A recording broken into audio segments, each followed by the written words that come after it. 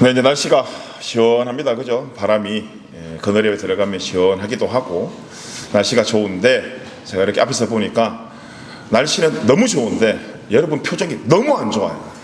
자, 우리 옆 사람에게 한번 인사했으면 좋겠습니다. 당신은 웃을 때 가장 빛이 납니다. 이렇게 한번 인사할까요? 네.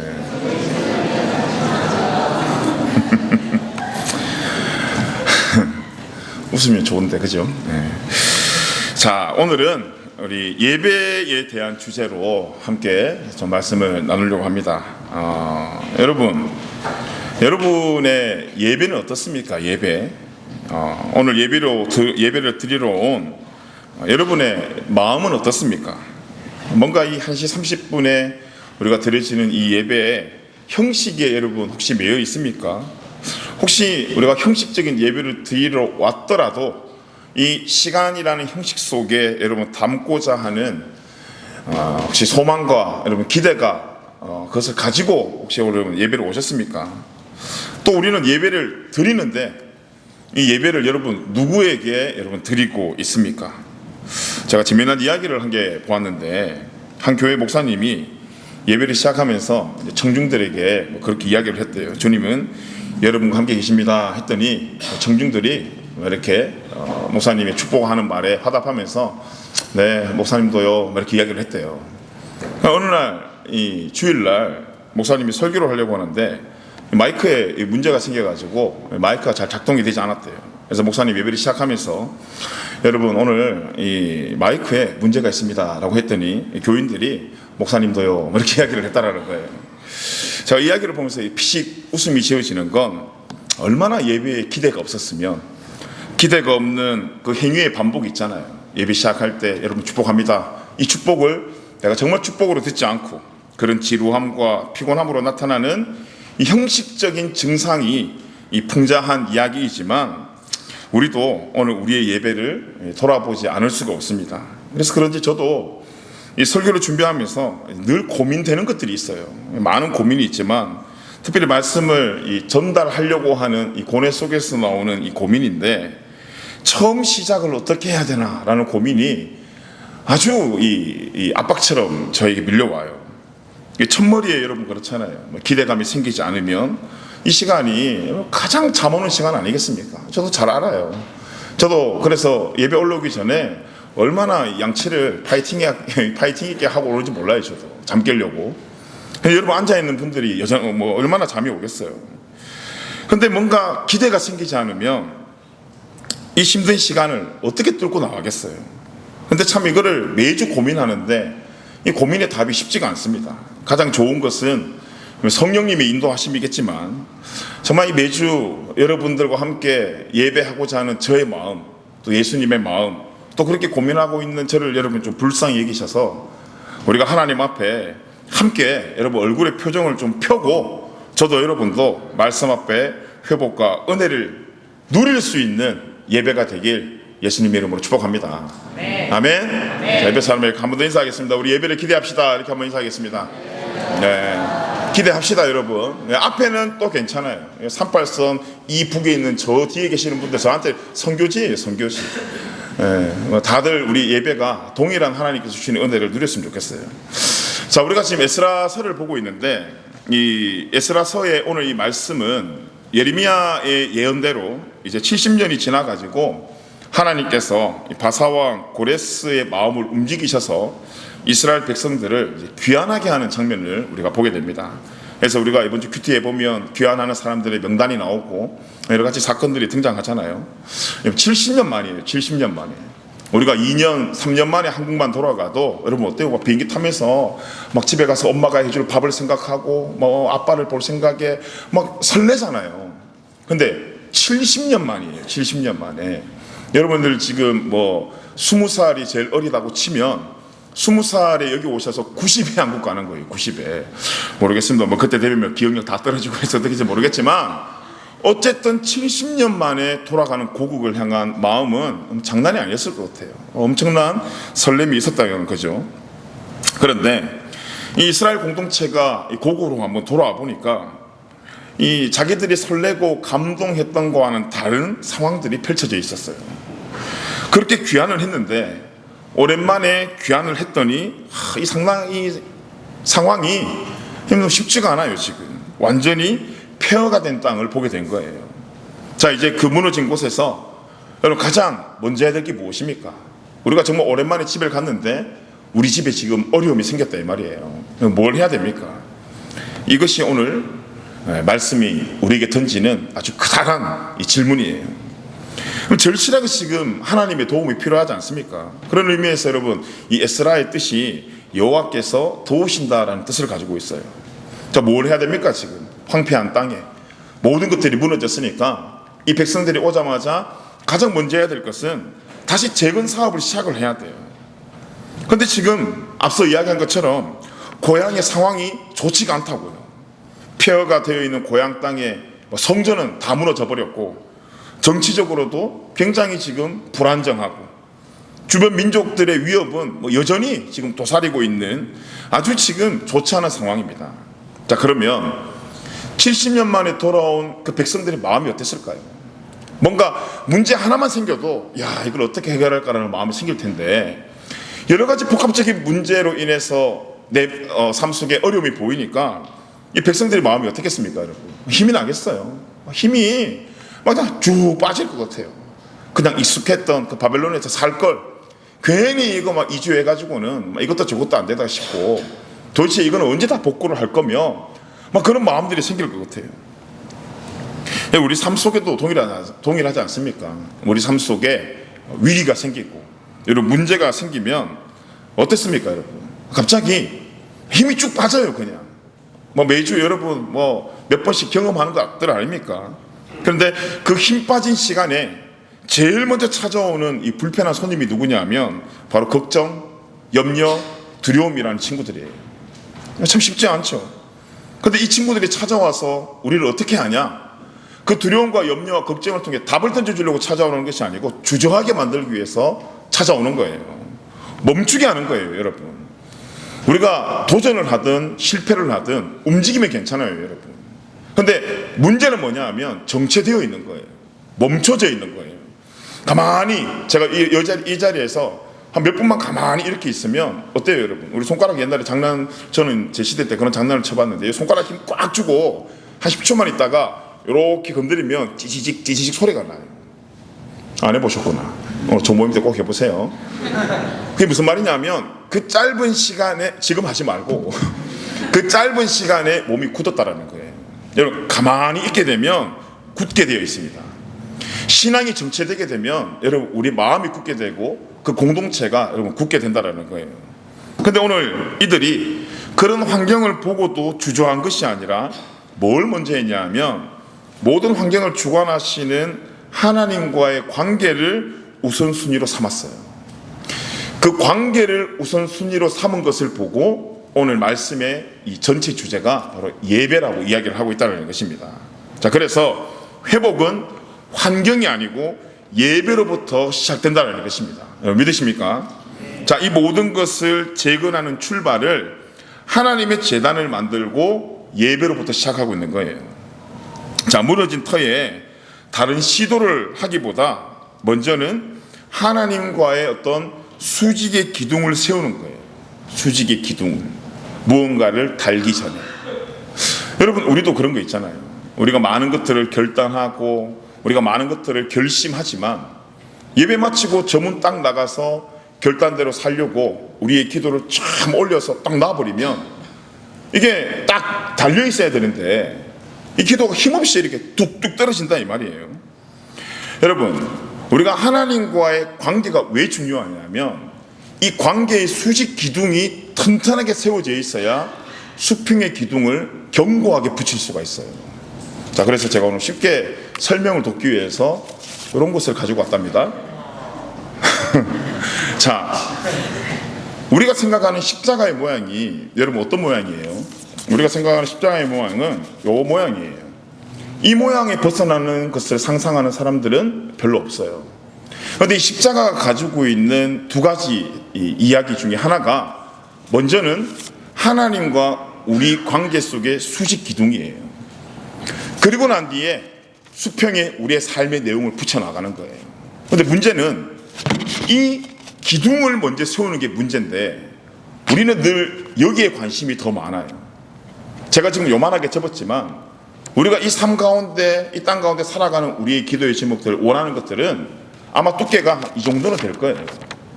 여러분, 이 정도 되는 두께를 달려면 적어도 수직의 기둥이 이거를 달 만한 이상의 굵기로 박혀 있어야 돼요.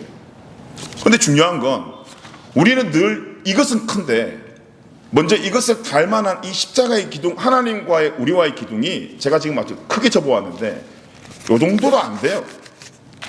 그러면 이게 십자가의 모양보다는 뭔가 가운데 중 비슷한 모양인데 이 정도도 괜찮은 십자가예요. 대부분이 이게 없어요. 이게 이 뒤에 이렇게 숨겨져 있고 보이지도 않아요. 그러면서 이것이 나의 십자가라고 이야기하고 다니더라 이 말이에요. 여러분, 우리가 원하는 수평적인 어떤 삶 속에 나의 바라는 바가 있다면 이 바라는 바가 크면 클수록 이것을 달 하나님과 나의 수직의 관계의 기둥은 더 견고해야 돼요. 이것을 놓치고 이것만 계속 크게 하니까 어떻습니까? 아무리 조심히 이거를 달려고 놔도 힘없이 무너지더라는 거예요. 마치 저와 여러분의 신앙의 모습이 이런 모습이다라는 것입니다. 걱정하고 염려하고 수많은 기도의 제목을 만들어서 이야기하지만 그 기도의 제목이 힘없이 무너지는 건 이 수평의 기둥을 달 만한 수직의 기둥이 약하기 때문이에요. 자, 여러분의 십자가 모양은 어떻습니까? 정말 건강한 여러분 십자가의 모양을 가지고 있습니까? 견고한 기둥에 우리의 결단과 제목들이 여러분 응답되는 저와 여러분의 삶이 되길 간절히 소망합니다. 지금 이스라엘 백성들이 이 포로에서 이 귀환한 후에 황폐한 땅을 보면서 다른 여러 가지 일들을 제치고 예배를 드렸다는 것은 결국은 이 수직의 하나님과의 관계의 기둥을 견고하게 만들었다는 거예요. 장소도 중요하죠. 건물도 중요하지만 그 건물을 어디에 세울 건가는 여러분 더 중요한 이야기예요. 그래서 마태복음 16장에 보면 18절 말씀에 베드로의 신앙 고백 뒤에 예수님이 교회를 이렇게 지으라고 이야기했는데 한번 읽어볼까요? 시작. 또 내가 내게 이르노니 너는 베드로라. 내가 이 반석 위에 내 교회를 세우리니 음부의 권세가 이기지 못하리라. 아멘. 근데 이것을 이 글자 그대로 받아들여 가지고는 사람들이 진짜 성 베드로 성당을 베드로 무덤 위에 지어버렸어요. 그런 의미가 아니죠. 바른 신앙 고백 위에. 근데 신앙 고백이 누구십니까? 예수님이거든요. 변하지 않는 반석과도 같은 그 예수님의 신앙 고백 위에 건강한 교회가 세워진다라는 거예요. 자, 우리도 지금 예배 장소를 위해서 지금 이 기도를 하면서 준비하고 있습니다. 가장 중요한 건 건물이 아니에요, 여러분. 건물이 아니라 우리 예배 공동체의 신앙 고백이에요. 저의 신앙 고백, 여러분의 신앙 고백에 교회가 세워지는 거지 여러분 건물의 교회가 세워지는 것이 아니더라는 거예요. 그래서 우리들의 진실된 이 신앙 고백을 통해 우리의 삶 속에 먼저 아름다운 성전이 세워지기를 예수님의 이름으로 축복합니다. 자, 은혜와 회복은 그래서 여러분 좋은 환경이 아니라 진실된 예배를 통해서 시작된다는 것입니다. 자, 그러면 이제 우리는 이 질문을 한번 던져봐야 돼요. 예배란 무엇인가? 도대체 예배가 무엇이길래 이들의 어려운 상황 속에서도 가장 먼저 예배를 붙들었는가? 우리에게 예배는 무엇이고 우리는 왜 예배를 드리는가? 그런 질문을 우리가 분명히 던져볼 수 있습니다. 자, 여러분, 예배가 뭡니까? 예배라고 하면 여러 가지 설명들을 우리가 하게 되지만 오늘 지금 이 드리는 이 시간이 우리는 예배예요. 그죠? 근데 우리가 또 착각하는 게 하나가 있어요. 그러면 이 예배가 끝난 이후의 시간은 어떤 시간입니까? 오늘 우리가 이 형식의 예배를 드리는 이유는 이것으로 예배라는 것을 퉁치기 위해서 드리는 게 아니에요, 여러분. 우리의 삶 속에 일주일의 시간 속에 주일날 1시 30분에 오셔가지고 한두 시간 예배 드리고 난 뒤에 내가 예배자입니다 라고 퉁치려고 이 자리에 들어온 게 아니라 이 말이에요. 이 형식의 시간이에요, 말 그대로. 이 형식의 시간 속에 정말 우리가 우리의 삶 속에 예배자로 살 수 있는 힘을 채우는 시간인 거지 이것이 예배의 본질이 아니다 이 말이에요. 오늘 이 시간에 예배는 우리가 마치 이 주유소에 들려가지고 기름을 채워 넣어서 한 주간 우리의 필요를 위해 움직이는 것처럼 이번 한 주간 우리가 예배자의 삶을 위해 공급받는 시간이지 그냥 가만히 시동 끄고 주차되어 있는 시간이 아니에요, 여러분. 그래서 우리가 드리는 이 예배는 어떤 그냥 이 타종교에서 행해지는 그 어떤 한 사람의 욕구를 채우는 의식과는 완전 다른 시간이에요. 내가 오늘 지성이면 감천이라고 열심히 예배 드리면 하나님이 내 인생의 문제를 해결해 주시겠지? 여러분, 이 의도를 가지고 접근하는 것이 예배가 아니더라는 거예요. 근데 다른 종교는 그래요, 정말. 그 예배라는 형식을 통해 가지고 자기의 유익을 원하지만 우리 기독교는요, 예배의 대상이 확실합니다, 여러분. 예배를 드려야 될 이유가 분명해요. 우리의 예배를 통해서 유익을 받아야 되실 분은 오직 하나님뿐인 줄 우리가 믿습니다. 왜냐? 이것이 우리가 창조된 목적이에요. 그래서 여러분, 예배는 선택이 아니고 필수예요, 필수. 근데 제가 이렇게 말하니까 주일 예배라는 시간의 예배의 필수를 이야기하는 것이 아니고 우리 모든 사람의 삶은 예배라는 공간 속에 살아가고 있다는 거예요. 그래서 이사야서 보면 43장 21절에 이런 말씀이 있어요. 우리 같이 한번 읽어볼까요? 시작. 이 백성은 내가 나를 위하여 지었나니 나의 찬송을 부르게 하려 함이니라. 아멘. 여기 보니까 우리의 정체성이 정확하게 기록이 되어 있어요. 나를 위해서 지었대요. 하나님을 위해서 지으셨는데 그 목적이 찬송을 부르게 하려, 그러니까 예배를 하게 하기 위해서 우리를 지으셨다는 거예요. 자, 그러면 우리는 언제 예배를 해야 되는가? 시편 150편에 보니까 6절 말씀, 우리 같이 한번 읽어보겠습니다. 시작. 호흡이 있는 자마다 여호와를 찬양할지어다. 아멘. 아멘. 네, 호흡이 있는 자마다예요. 그러니까 우리에게 생명을 주신 이유가 하나님을 예배하기 위해서예요. 자, 근데 우리는 늘상 이 예배가 시간에 갇혀져 있어요. 사람이 하나님을 찬양하고 예배하는 것은 우리의 존재의 의미를 찾는 것이고 동시에 창조의 목적을 우리가 바로 실현하는 것이 저와 여러분이 예배 드리는 거예요. 자, 그러면 우리가 여러분 크리스천이 맞습니까? 여러분 성도가 맞습니까? 라는 이 질문은 봉사와 사역이 아닌 예배로 증명이 되어지는 거예요. 내가 얼마나 교회를 열심히 다녔냐, 내가 임원이냐, 찬양팀이냐로 증명이 되는 것이 아니라 예배로 증명이 된다 이 말이에요. 그런데 이것은 주일 예배의 출석과 태도를 뜻하는 게 아니에요. 그래서 여러분, 성경적 의미의 예배는 하나님 앞에 자기의 자존적 자세를 버리고, 무슨 말인지 알아요, 여러분? 내가 내 인생의 주인이라는 마음을 버려내고 겸손히 하나님의 뜻을 따르며 나는 하나님만 섬겨야 될 의존적 존재라는 사실을 시인하는 것이 예배예요. 그런데 이 예배는 1시 30분에만 시인하는 것이 아니라 호흡이 있는 사람들에게 시인되어야 될 고백이라는 거예요. 여러분, 시인했다는 게 무엇입니까? 이제 그에 합당한 삶을 살아가겠다는 거예요. 고백과 삶이 분리돼서는 안 되죠. 그렇기 때문에 우리가 드려야 될 예배는 여러분 전통적인 예배라고 해가지고는 조용하고 엄숙한 예배가 아니고 간절하고 진실된 예배를 드려야 돼요. 저도 여러분을 신경 쓰는 게 아니고 여러분도 저를 신경 쓰는 것이 아니라 나의 자존적 마음을 다 내려놓고 내 인생의 주인이 하나님이십니다 의존적 예배로 하나님 앞에 나아가는 것이 예배지 1시 30분이라는 시간에 건물에 들어와 의자에 앉아있는 것이 예배가 아니더라는 거예요. 그러니까 우리 인생의 가장 큰 회개가 무엇입니까? 내가 내 삶의 주인이 되었던 나의 연약함을 회개하고 다시 내 삶의 주인을 찾는 시간이 오늘이 찬양의 시간이고 기도의 시간이고 말씀의 시간이에요. 이 말씀과 찬양과 기도를 통해서 진정한 내 삶의 주인이 누군가를 여러분 찾아가는 저와 여러분은 찾는 자의 자리에 있는 거예요. 그래서 실패한 내가 계속 나를 다스리게 두는 것이 아니고 통치권이 하나님께 바뀌어지는 것이 예배다 이 말이에요. 그런데 여러분, 통치권이 바뀐다 생각해 보세요. 내 인생의 주어가 바뀐 거예요. 내 인생의 주어라는 단어가 나에서 하나님으로 바뀌었어요. 그럼 단어가 바뀌잖아요. 문장이 바뀝니다. 왜 문장이 바뀌죠?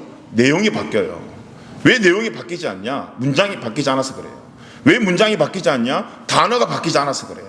늘상 예배는 들어와서 우리가 하나님께 예배하지만 주어가 바뀌지 않는 거예요. 주어가 하나님으로 바뀌면, 주어가 그리스도로 바뀌면 문장과 내용이 달라질 텐데 형식적인 예배 가운데 바뀌어야 될 거는 바뀌어지지 않는 거예요. 여러분 어떻습니까? 자, 오늘 이스라엘의 모습을 한번 보세요. 여러분, 문제 앞에 자존적 자세를 버렸어요.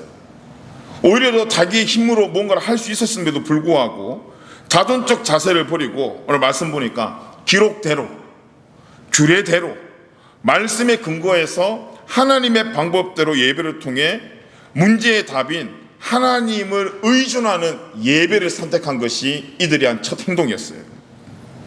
통치권부터 확립한 거예요. 자, 이 상황이 생겼는데 이 상황을 책임지시고 인도하실 분이 도대체 누구냐라는 질문에 이들은 예배를 통해 하나님을 고백했다라는 거예요. 자, 이들이 드려진 예배는 자존적 예배가 아니었어요. 의존적 예배였어요. 자, 우리가 동일한 이 공간에서 예배를 드리고 있는데 저와 여러분의 예배는 자존적 예배입니까? 의존적 예배입니까? 나의 예배 행위를 통해서 내가 손들고 찬양하고 나의 열심히 예배를 통해서 회복되고 싶은 마음이 있습니까? 정말 나는 아무 힘이 없고 나는 연약하지만 오늘 주의 말씀 의지하여 내가 깊은 곳까지 그물을 던지려는 의존적 예배를 드리고 있습니까? 여러분, 우리 예배가 어때요, 여러분? 통치권이 정말 하나님께 있음이 여러분 마지막에 고백되어지고 있습니까? 시도가 되어지고 있습니까?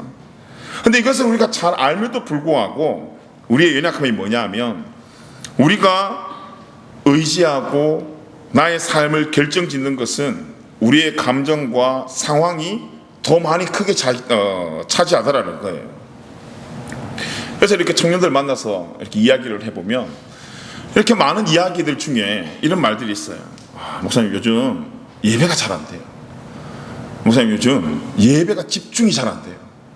은혜가 안 돼요. 이런 이야기를 해요. 마음 들으면 마음이 아프죠. 근데 이 말은 결국은 요즘 제가 기분이 별로 안 좋아요. 요즘 내 상황이 별로 안 좋습니다. 어떤 느낌과 감정이 들어가 있지만 여러분, 이 문장 속에 이것을 넘어서 영적으로 볼 때 이 말은 요즘 예배에 집중이 안 돼요. 예배가 안 돼요. 이 말은 내 통치권이 다른 곳으로 지금 넘어가고 있어요. 이 말과 여러분 같은 말이에요.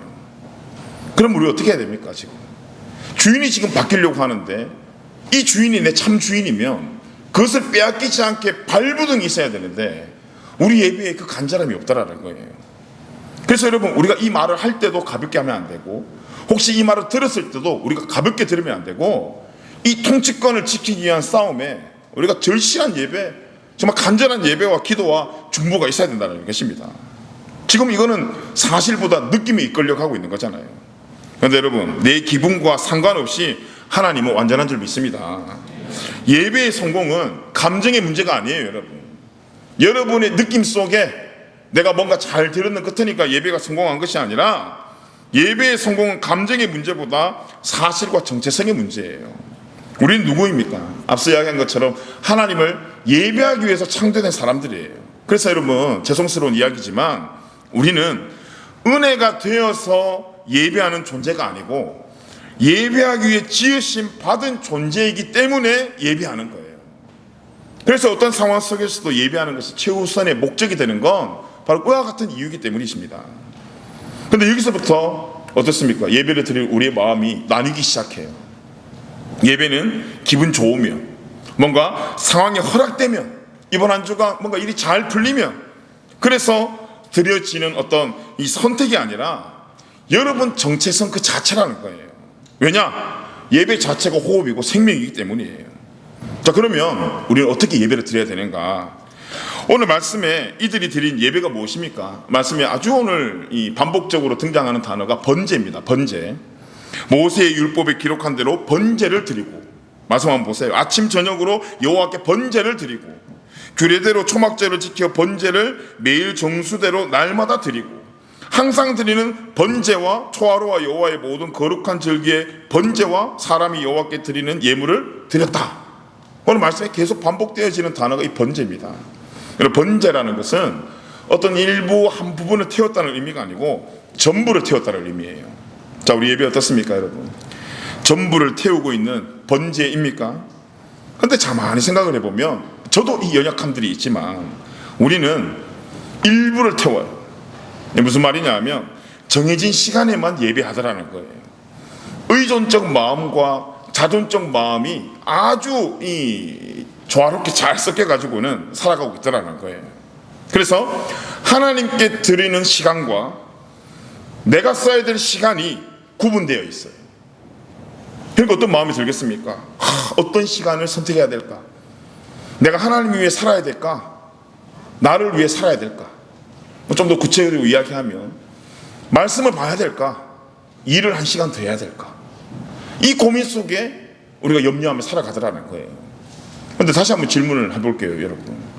숨 쉬는 게 문제입니까? 일하는 게 문제입니까? 질문 자체가 안 되죠. 숨 쉬는 게 문제입니까? 여러분, 놀러 가는 게 문제입니까? 질문이 이상하죠. 숨을 쉬어야 놀러 갈 수 있고 숨을 쉬어야 일을 할 수 있는 거예요. 여러분, 예배가 호흡이라고 이야기하는 것은 이와 같은 이야기예요. 우리가 고민할 필요가 없습니다. 하나님이 먼저냐 공부가 먼저냐는 질문은 애초당시 잘못된 질문이에요. 그럼 어떻게 해야 됩니까? 주 안에서 공부하는 거예요. 주 안에서 꿈을 꾸고요. 주 안에서 여행을 다니고요. 주 안에서 살아가는 거예요. 이것이 바로 예배적인 삶이라는 거예요. 주 안에 있다는 것을 고백하는 삶이에요. 의존적 존재라고요. 내가 기도를 하고 내가 공부를 하고 일을 하든 이것이 일하는 이 순간에는 내가 페이를 받고 일하니까 하나님 잠시 빠지십시오. 제가 혼자 열심히 해보겠습니다. 이게 아니고 주 안이라고요. 주 안. 그럼으로써 공부를 통해 하나님께 영광 돌리고 일을 통해 재정을 벌어 주님께 영광 돌리고 주님께 쓰임받는 것을 결단하는 삶이 여러분 예배의 삶이지 다른 거창한 것이 예배의 삶이 아니더라는 거예요. 그런데 우리 어떻습니까? 이 시간 이 의자에 앉아 있으면 마치 성도의 의무를 다한 것처럼 그리고 축도가 끝나면 여러분 예배도 다 끝나버려요. 그냥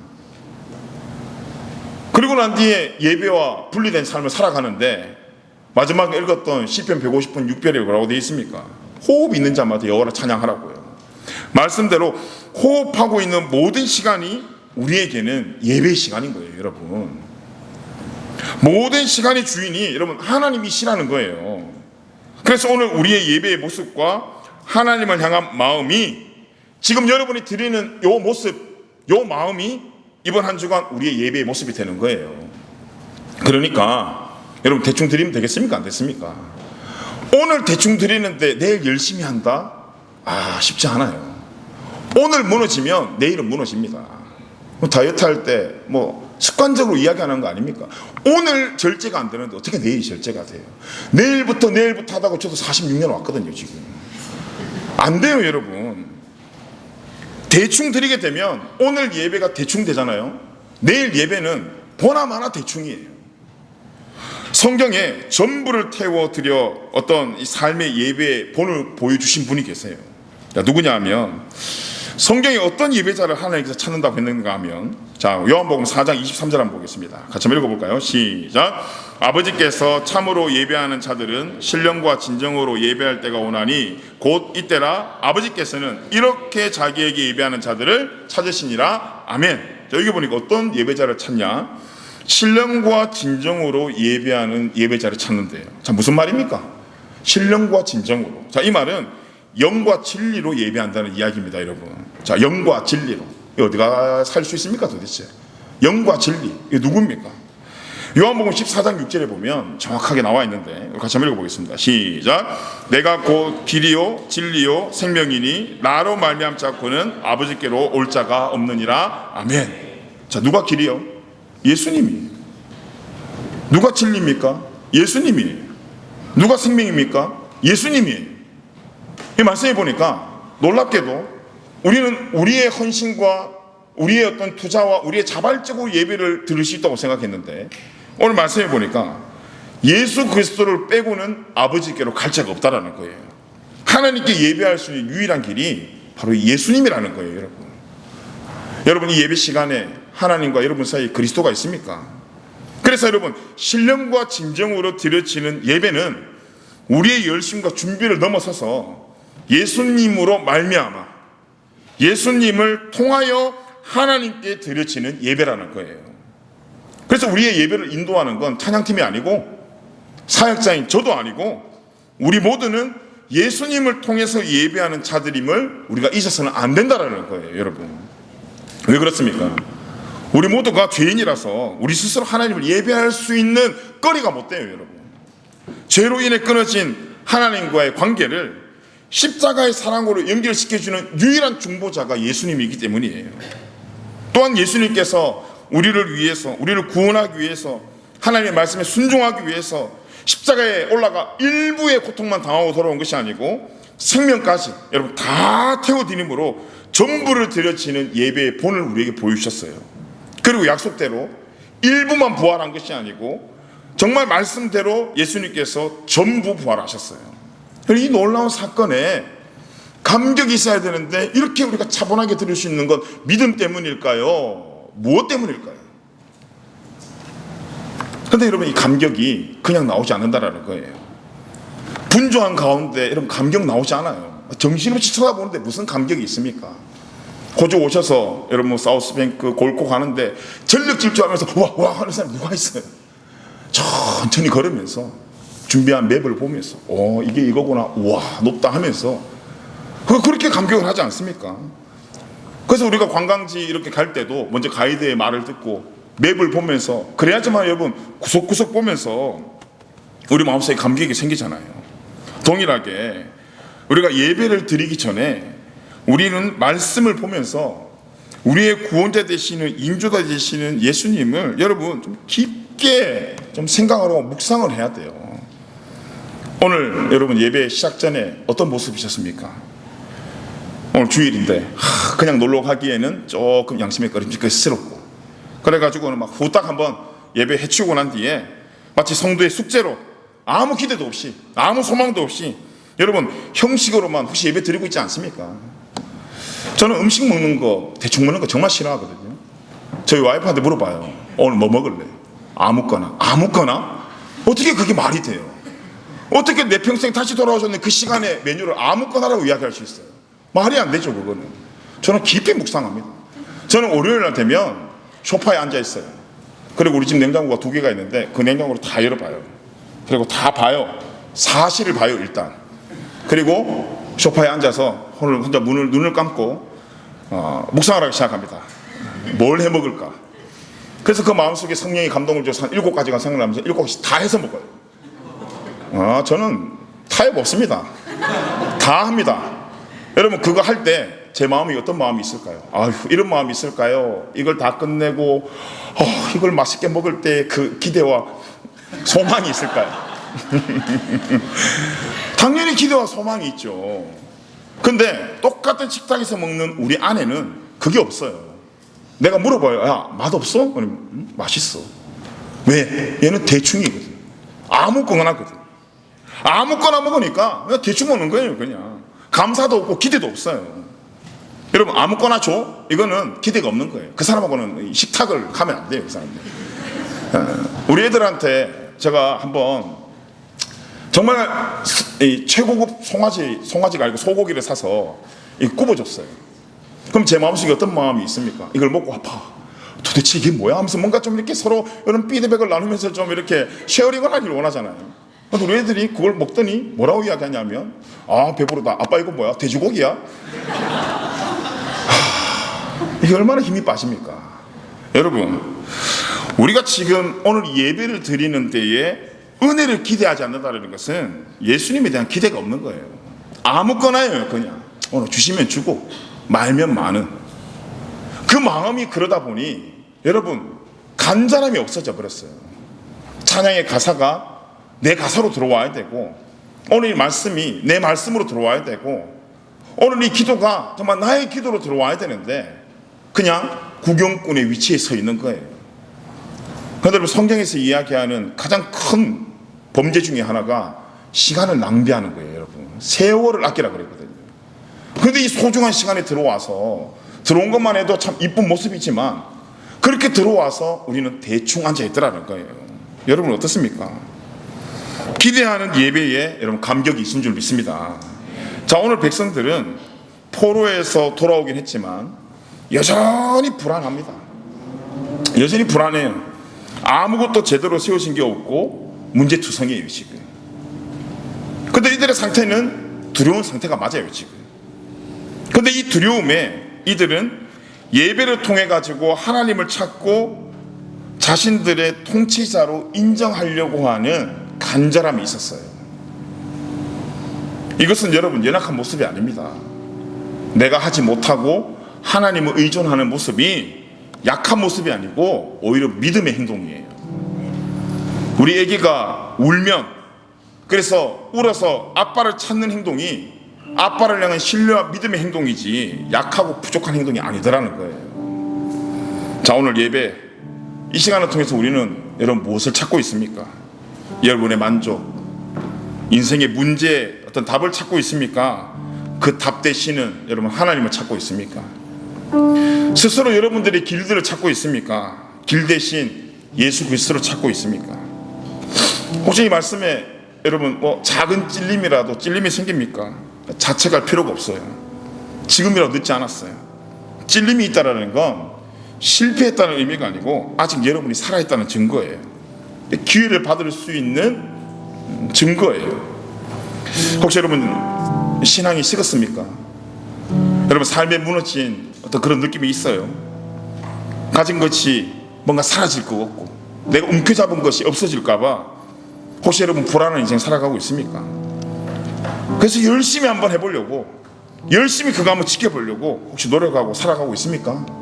수고가 많으십니다, 여러분. 얼마나 수고가 많으세요. 그런데 수고한 대로 되던가요?